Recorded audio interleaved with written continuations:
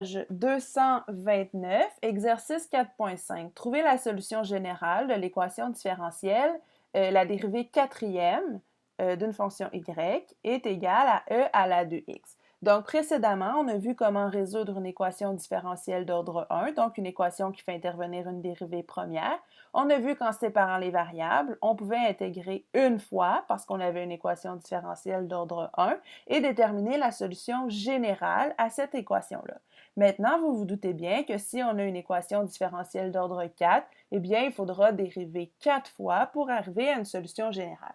Alors ici, on nous demande de trouver la solution générale. Alors, on veut de façon rigoureuse et mathématique que vous déterminiez la fonction y qui, une fois dérivée 4 fois, va me donner e à la 2x.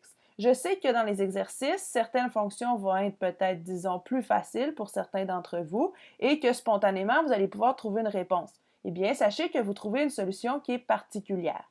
Et donc, nous voulons de façon rigoureuse tous les calculs qui vont vous mener à la solution générale d'une équation différentielle. Alors, allons-y. Premièrement, je vais réécrire ma fonction, donc la dérivée quatrième d'une fonction y est égale à e à la 2x. Donc, qu'est-ce qu'on cherche? On cherche la fonction y.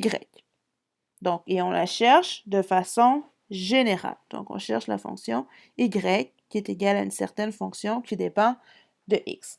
La première chose que je vais faire, je vais réécrire y dérivée 4 fois, donc la dérivée quatrième de y, comme étant la dérivée de y à la 3 entre parenthèses. Qu'est-ce que ça veut dire? Ben, c'est juste un changement de notation. Donc, la dérivée d'une dérivée troisième, ben, ça me donne la dérivée quatrième que j'ai à l'étape juste en haut. Et pourquoi je fais ceci? Parce que ça va être plus facile de vous montrer comment séparer les variables pour ensuite intégrer. Donc, vous allez voir, c'est un processus qui va être répétitif et qui va nous permettre de trouver la solution générale. Alors, une fois qu'on a réécrit ça comme ceci, je vous dirais que ça, c'est l'astuce pour résoudre ce type de situation-là. Donc, la dérivée d'une dérivée troisième, ben, ça fait qu'au bout du compte, on a dérivé 4 fois. On revient donc à l'étape précédente. En séparant mes variables, j'obtiens, ici, il me reste juste la dérivée de la dérivée troisième, est égale à e à la 2x dx. Donc, je viens de séparer mes variables. Qu'est-ce que je vais faire à partir de là? Eh bien, je vais intégrer de chaque côté. En intégrant à gauche et à droite, je pourrai déterminer, premièrement, l'intégrale de la dérivée par rapport à y, dérivée troisième, va me donner la dérivée troisième, qui est égale, si j'avais eu, parce que là, peut-être que certains se posent des questions, si j'avais eu l'intégrale de 1 par rapport à x, donc l'intégrale de 1 dx, vous m'auriez dit que c'est x, l'intégrale de 1 par rapport à t, vous m'auriez dit que c'est t, bien l'intégrale de 1 par rapport à la dérivée troisième, c'est la dérivée troisième. Égale, quelle est l'intégrale de e à la 2x? Eh bien, c'est e à la 2x sur 2, plus, je vais appeler C1, une première constante d'intégration. Et donc là, on vient de montrer que la dérivée troisième est égale à e à la 2x sur 2 plus une constante d'intégration. Qu'est-ce qu'on va faire? On refait le même processus. Au lieu d'écrire y dérivée troisième de cette façon-ci, je vais écrire que la dérivée de la dérivée seconde est égale à ce qu'on vient d'obtenir. Qu'est-ce qu'il va falloir faire? Eh bien, on va séparer nos variables. Donc, la dérivée, la différentielle, en fait, de ma dérivée seconde égale e à la 2x sur 2 plus c1, tout ça entre parenthèses fois mon dx que j'envoie de l'autre côté, dx, et puis là, j'intègre de chaque côté, donc l'intégrale de 1 par rapport à ma dérivée seconde égale à l'intégrale de e à la 2x sur 2 plus c1 par rapport à x. Qu'est-ce que j'obtiens?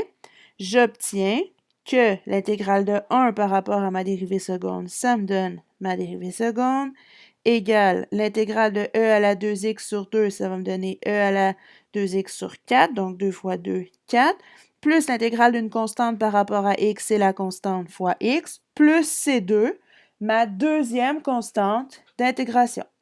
On refait le processus une troisième fois. Au lieu d'écrire ma dérivée seconde comme ceci, je vais écrire que la dérivée de la dérivée première, ben ça, si je dérive une dérivée première, j'obtiens une dérivée seconde. C'est la même chose que ce qu'on avait précédemment. Je réécris donc l'égalité à droite. X plus C2. Qu'est-ce que je fais? Équation en variable séparable. Je vais envoyer mon dx de l'autre côté.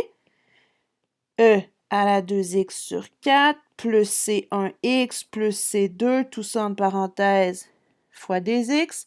Je vais intégrer l'intégrale de 1 par rapport à ma, dérivée, ben ça va me donner ma dérivée. L'intégrale de E à la 2x sur 4 plus C1x plus C2 dx. Et donc, qu'est-ce que j'ai ici? Je vais avoir y' qui est égal à E à la 2x. Je divise encore une fois par 2, 2 fois 4, 8, plus, ben là, je vais avoir C1x à la 2 sur 2, plus C2x. Et là, qu'est-ce que je dois pas oublier? Une troisième fois, ma constante d'intégration. Donc, comme c'est la troisième, je vais l'appeler C3.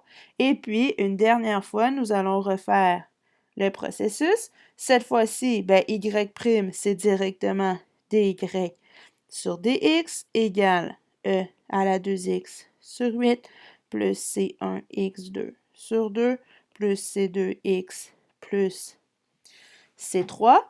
Équation variable séparable, j'envoie mon dx de l'autre côté. Plus C1x à la 2 sur 2 plus C2x plus C3. Tout ceci fois dx. Pour une dernière fois, nous allons intégrer à gauche et à droite. L'intégrale de E à la 2x sur 8 plus C1x2 sur 2 plus C2x plus C3 dx. L'intégrale de 1 par rapport à y me donne y. Enfin, on est content, on a le petit y qu'on cherchait.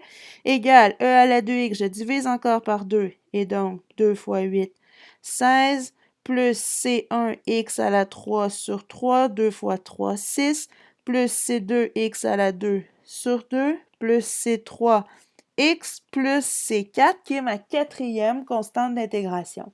Et donc, si on a C1, C2, C3, C4, qui sont, je vais dire, petit ci, éléments des réels, ce sont des constantes d'intégration.